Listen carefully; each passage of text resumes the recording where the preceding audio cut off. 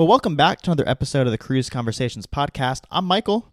And I'm Frank. And today's episode is episode number 71, and we're discussing 7 things Frank's going to be doing differently on his upcoming Utopia of the Seas sailing. Let's jump into it.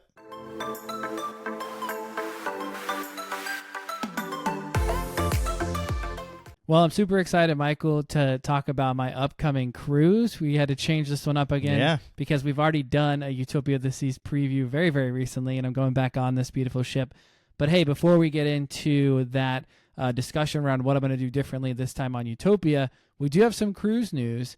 So the biggest thing that came across this week is that, for me, I saw Royal is adding Ovation of the Seas sailing from Vancouver. So they're now going to have 4 ships, and they're going to be doing a cruise from Vancouver, a very large ship, obviously, from Vancouver, doing one-way Alaska sailings in 2026. So really, really cool. I know, Michael, you also have some news in terms of the deployment, but just a heads up for people that are big Royal Caribbean fans, they are announcing the rest of their sailings, and they're opening up the bookings for those sailings in the next couple of weeks. So if that's you, if you're like looking further out, maybe you just are interested in, itineraries, whatever, drop us a note because we can hold rooms at no price. We do this for a lot of people. We can actually hold up to like 16 rooms of sailing. So if you're like, hey, I'm just looking at this Alaska 2026, or I'm just thinking about this Caribbean on Star of the Seas, like we can hold that price.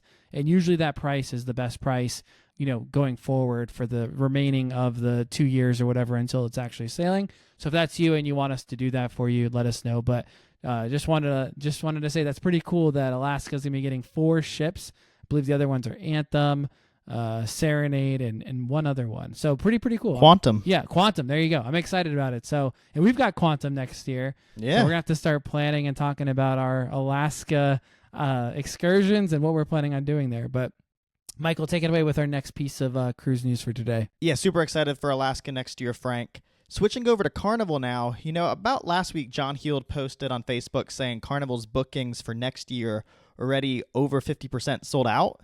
And so looking forward to 2026 and 2027, they've also expanded their cruises to the Bahamas, right? So next year, Celebration Key opens, and they're just trying to give more opportunities to get down there to Celebration Key and other parts of the Bahamas. So some ships that they called out was the Carnival Conquest out of Port Miami and the Glory and Freedom out of Port Canaveral. Just adding new itineraries ranging from, I think, 3+ days. Most are 3, 4, 5-day sailings. And then they also have some Carnival Journey sailings that we've talked about previously on this podcast. I know one of them is going to be on the Conquest. It's 11 days, and it hits up places like St. Thomas, Barbados, Antigua, and also includes Celebration Key in those sailings too. So, yeah, super excited to see how Celebration Key turns out next year. Me and you were texting one of our friends earlier today who listens to the podcast, and he was kind of just last week, obviously, we talked about Perfect Day Mexico, and he was like, hey, it really sounds like Royal's like taking over with like these private islands, and he was asking questions about market share and all that. And we're like, well, we just got to figure out like how you're looking at this. But yeah, like Royal, has obviously led the way with the private islands and destinations for years now. It'll be interesting to see, like we said, how Carnival's new one does, because like you said, they're pretty much pulling out all the stops when it comes to making sure their ships are stopping there. Kind of like Royal did with Perfect Day when it first came out, right, Frank? Yeah. The one thing I'm still confused about, and I was talking to Brandon, who is another client we booked a cruise from today. Shout out, Brandon.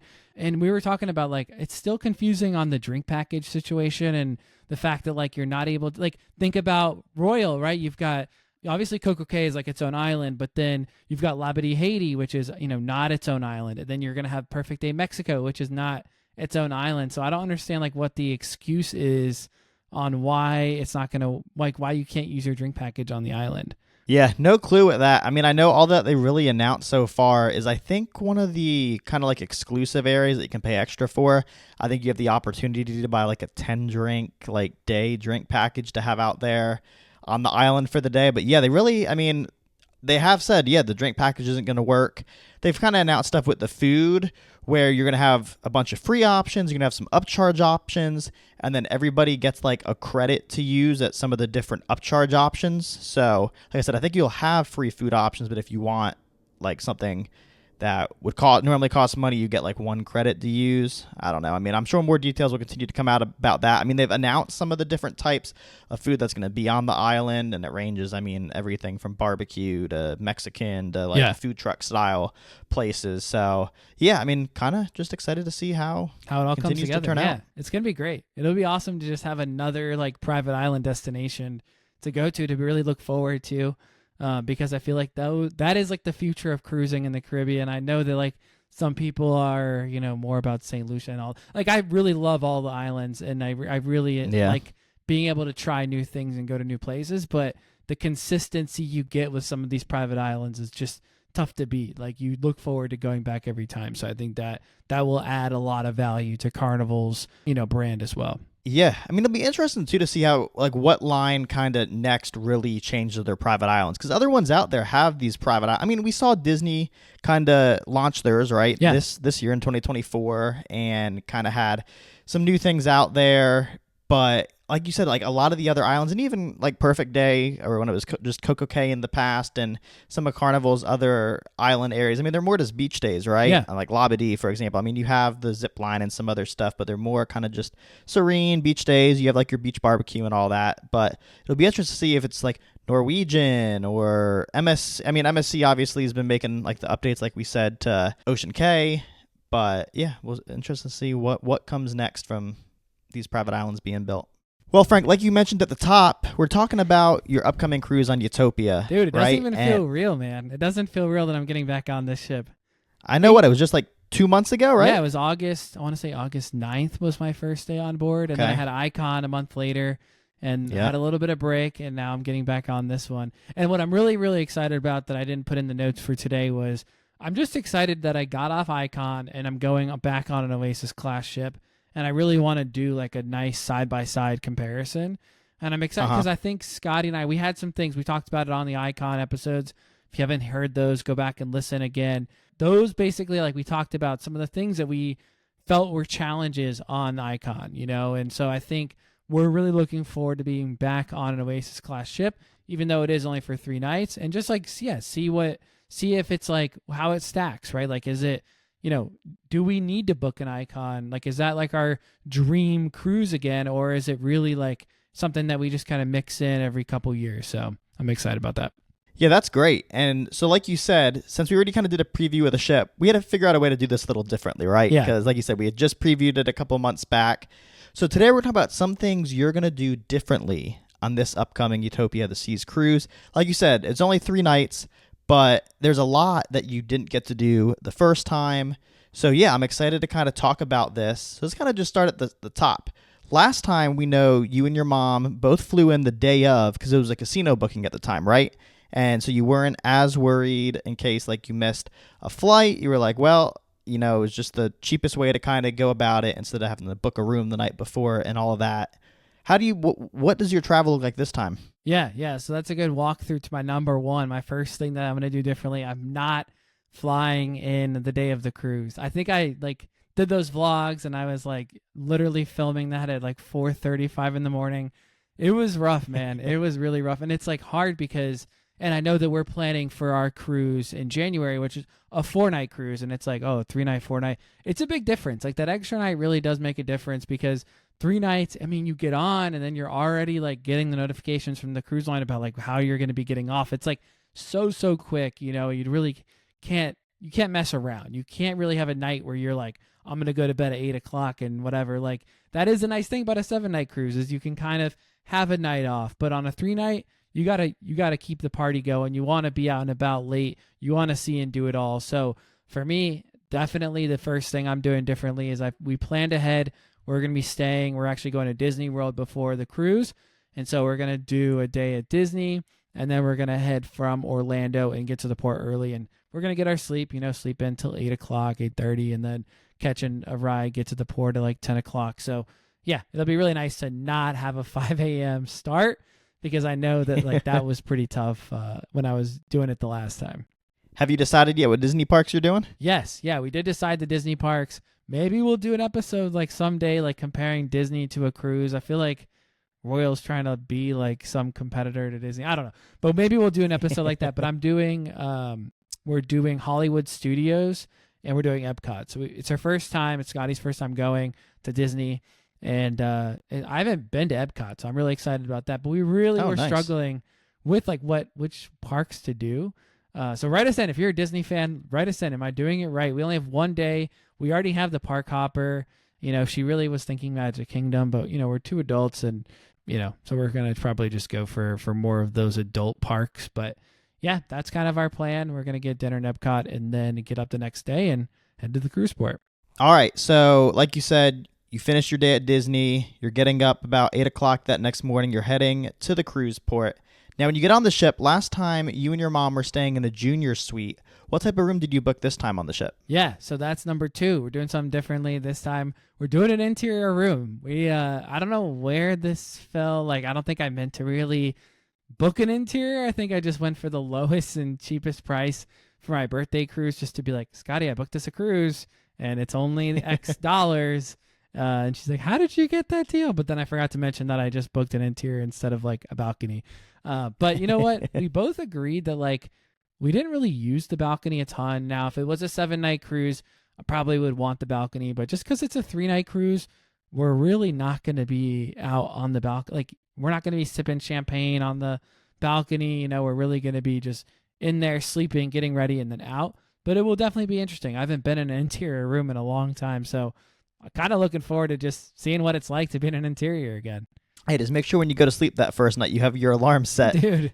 Because you're not going to have that natural light coming in. I know that people pitch black in the morning. People buy those little night lights that do have the natural light as it gets more I guess later in the day. So it's 8 o'clock. It lights up with the sun. So I might look into that. Maybe I'll try to get us a little cute nightlight thing that lights up. I don't know. Yeah, could work. All right, so moving on to the third thing now, Frank. Your itinerary is the same as last time. You're stopping at Nassau and Perfect Day at Coco Cay. But this time you're doing a different spin on Coco Cay. What are you planning on doing here? Yeah. Last time with my mom, we did more of the party vibe. We did a hideaway, which is kind of funny. And I did get to do that with Scotty on Icon. I think we overall liked it.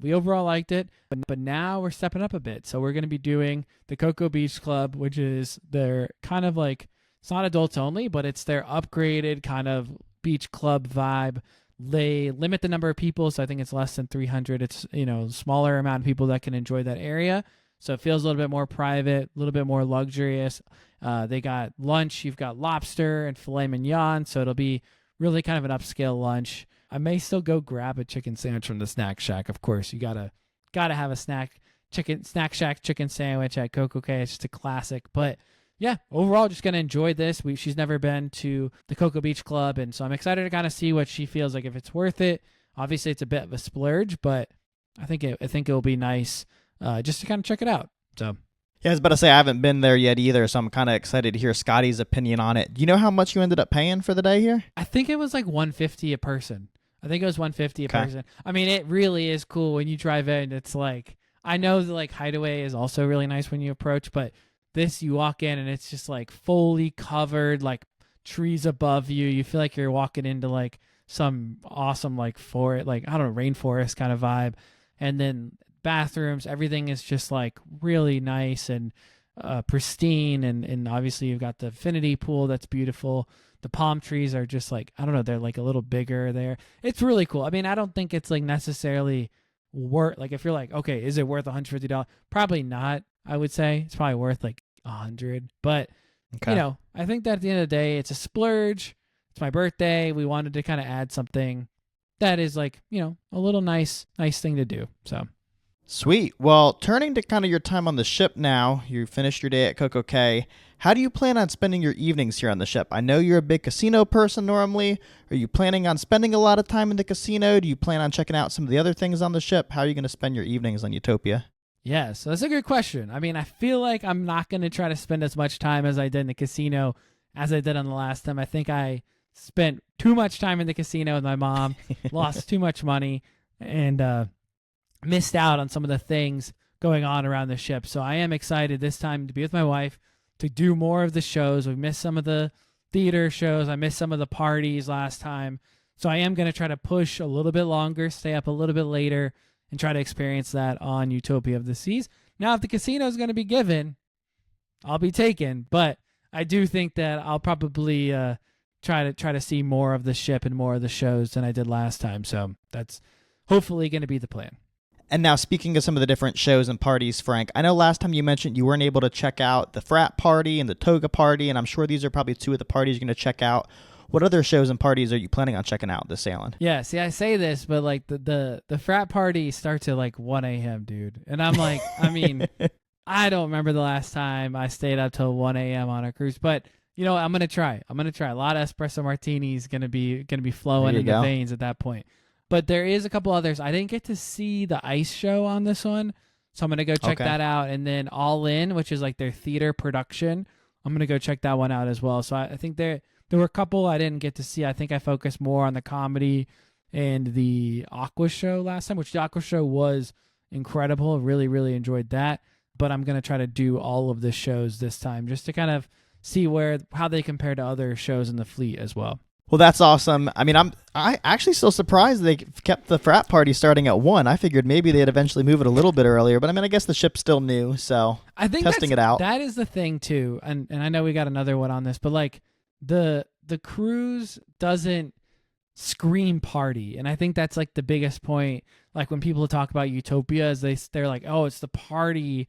It's not like it's like like I'm not trying to say Carnival's a party ship, but like, it doesn't feel like that sort of energy all day long. They have like different moments where they up the energy, and I feel like they just create more of a party. Like if you want it, you can get it kind of thing, rather than like, oh, it just doesn't exist on other cruise ships, you know? Yeah, that's a good way to put it. I mean, they're saying the world's biggest weekend, right? And because there's a lot to do on the ship overall when you like minus the party and all that. But I mean, when you are promoting, I mean, you're going to promote it in commercials as high energy and kind of like you said, bring in the party, even though, like you said, it may not feel it's always there. Let's kind of go into that one because I know that was one of your points further down the list. What are you planning on doing when it comes to the sail away party? Yeah, so I really enjoyed the sail away party, just like the footage of it, but I don't think my wife is going to love it. So I think what we're going to try to do is like enjoy the solarium during that time. I would imagine if we want to go maybe like, I don't know, it was a lot. Like even before the sail away party started, you were sitting on the pool deck and it was like they had the music cranking. But I will tell you, I walked into the solarium and it was very, very serene and relaxing. So my thought is that like after lunch, we'll probably lock in some seats by the solarium and just kind of do sail away party from up there. Not like I'm not like into the party, but it's going to be my birthday. I don't really want to like fight the crowds. Like, of course it could be fun, but we're not going to like try to sit here and like do the conga line. I think we'd rather just like enjoy and relax and enjoy maybe the hot tubs and stuff that day. Now, you mentioned you don't think Scotty may like it. Has she not done a sail away party? Do you typically stay away from these on the cruises with her? No, we do. We do the sail away party, but I feel like the normal Royal Caribbean sail away party is different than like the Utopia of the Seas one. The Utopia one is more, I want to say like everyone's in like a very tight space, so it's very crowded. The music's super loud. There's people trying to get you to dance. And I just feel like we're probably like, this is actually our first cruise. We talked about it. This is our first cruise not cruising with other people since our Italy cruise last year. So this one will probably be a little bit more like romantic vibes. It'll be really nice to just be us two. It's funny. My mom was texting me like over the last couple of weeks, hey, like I want to come on the cruise. And I was like, all right, like you can, like, yeah, sure. Like, well, if you can get on, but, I'm actually kind of like excited that it's just going to be me and Scotty and that we're going to kind of get to do our own thing and it's not like when you have other people, you have to do things, but you're always like, oh, okay, I'll see you later. Like, but it's kind of nice just to be the two of you. So I think we're probably going to just do more of that relaxation. Not saying that the sail away party is like an awful time. Just this cruise, we're going to probably stay away from it and enjoy the solarium in that, during that time. Yeah. I mean, I know I loved the solarium when I was on Wonder, and even when we did Harmony, and I don't even think Harmony was covered, right? Yeah, and there was no solarium. There's no heated pool on Harmony. Okay, that's like the one thing. Like on Harmony, they don't have like a pool, so it's just like the spa. Now, kind of moving on to one of the next things you're going to be doing differently. Once you get on the ship, some people have the traditions of doing like a welcome aboard shot or drinks, and then you're going to the sail away party, and the drinks just start to flow. And now most time, people are going to have drink packages and, hey, I mean, you got to start it. So start bright and early that first day when you get on the ship. What are you planning on doing drink package wise this time? Are you planning on getting it? Are you planning on just using your diamond drinks? What's your plan? Yeah, this is the first time. I don't know where. I think this is the first time we're not getting any package. So like we actually looked at doing the refreshment package, which is to get the sparkling waters and to be able to get like the coffees. But then we're like, if you look at the price of it, dude, it's like $100 a person. It's like, how much water and coffee can you drink in 3 days for $100? Like, that's a lot of money. So we actually we're doing the water package, which is like $70. That gets us like 24 Evian waters delivered to the room, which is really nice. And then they always throw in extra for our status or whatever, which is cool. So we'll probably have like, I don't know, 30 waters in the room, that'll be enough for us to get through the day, the 3 days, and we can, enjoy those. But then on top of the waters, we'll use our diamond vouchers for any of our cocktails. And then if there's things we want to buy, we'll just buy it and swipe our card. If I want a Coke or if I do want a sparkling water, we'll probably try to bring wine. So we'll try to bring some wine on board. But other than that, we're like, it's only 3 nights. Like we can drink soda at home. Like we don't, like that doesn't make the vacation for us because we're not like soda people. So, and they got all that free stuff around the ship too. Like when it comes to like juices and stuff, they got plenty of those little dispensers. And if you want like a cup of water, you can do that. You don't need to drink your nice bottles of water. You can save those for at night. So there's tons of ways to get around it. We're like looking at the price. We're like, that's like $100 that could go towards like, the Cocoa Beach Club, for example. That's money that we'd rather spend on that kind of thing than have to fork that over for waters and 3 specialty coffees. Yeah, that's a good point. Like you said, if you're really only getting the waters and coffees, $100 a person ain't worth it at all there. Yeah. Now, switching from drinks to food, we were talking about last time some of the new food options on Utopia of the Seas. We talked about how they added the mason jar to this ship and things like the spare tire. What are you planning on doing different food-wise this time? Yeah, no, I mean, I think for the most part, we're going to stay the same in terms of our dining. We're doing the dining package. I don't know, dude. I'm like dining package guy now. We're doing the Royal Railway, which is really, really fun. So we'll try to capture that again. But in terms of the free food, I never got to eat at the spare tire. So that is a little kind of food truck vibe on the pool deck. So I'm going to try to grab one of those little tornado things and really try that, give it a good review. I think it'd be kind of fun on a sea day to do that as well. But in terms of the rest of the food, we're going to be doing the Royal Railway. We're going to do 150 Central Park. Still kind of TBD on the last day whether we'll do Azumi or Giovanni's. Obviously love the new Giovanni's location. So it's up looking over the boardwalk. It's a beautiful spot, and I think Scotty needs to see it regardless. So yeah, for now, I think we're going to just try to eat more of the free food and just really lean into that, since that is something that they are promoting with the spare tire on Utopia. But again, probably going to stick to the same old stuff in terms of the dining in the evenings. Well, Frank, that finishes up your list of 7 things here that you're going to be doing differently on Utopia of the Seas. Any last things on your mind now that you thinking back on it as we've been discussing that you're going to do differently this time? There is probably one other thing that I just thought of was the mason jar, right? So I actually didn't even explore this spot until the last night of Utopia. And honestly, it's probably one of the best spots on the ship.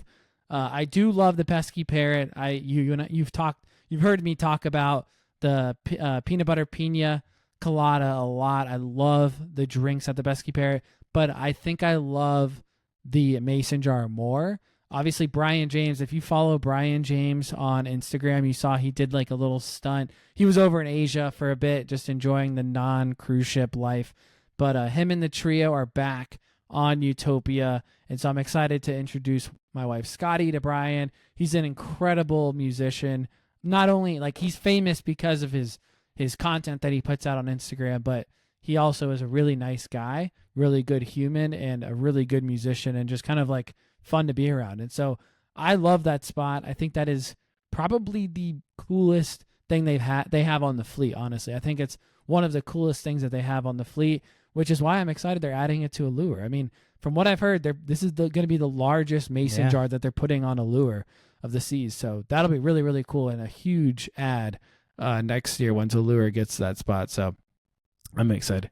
Yeah, that's awesome, Frank. A little bit sad it's not going to be on Allure when we're sailing it in January. I know. But I know, yeah, like you said, I sailed with Brian back when I sailed Wonder over in Europe, and him and the trio were great. Like I said, I loved that venue too. It's probably my favorite, like one of my favorite venues as well that Royal has on their ships. And I'm excited to see it expand to others. When Wonder first had it, I mean, obviously Icon was the next ship at the time, and it's obviously not on Icon, so it kind of had people questioning whether they were going to continue it or not. And then obviously it came to Utopia, and now it's going to be coming to Allure. So yeah, excited to continue to see that venue get expanded to some of the other ships. Well, Michael, I think that's going to wrap up this week's episode 71. That's a lot of episodes. We just wanted to say thank you so much for listening to this podcast. Thank you for sharing this podcast. Thank you for reaching out and booking cruises through us. That's if you're like, hey, I listen to this every week, that's a really good way. If you're like, I want to give back to these guys, we really do appreciate you supporting us and helping us launch our small business. But Michael, really excited for what's to come. We've got a lot of really good interviews coming up, and obviously we're going to recap Utopia of the Seas. We got some vlogs coming out, so make sure that you are subscribed on YouTube. I know we've been sick and we're working through it. We're getting through all the footage. There's a lot of footage and things have been happening in life, so we're working on the vlogs. Vlogs are coming, so make sure that you're following on YouTube at Cruise Conversations Podcast. So with that, thank you so much again for listening to this episode, and thank you for following along, and we will see you back here next Wednesday.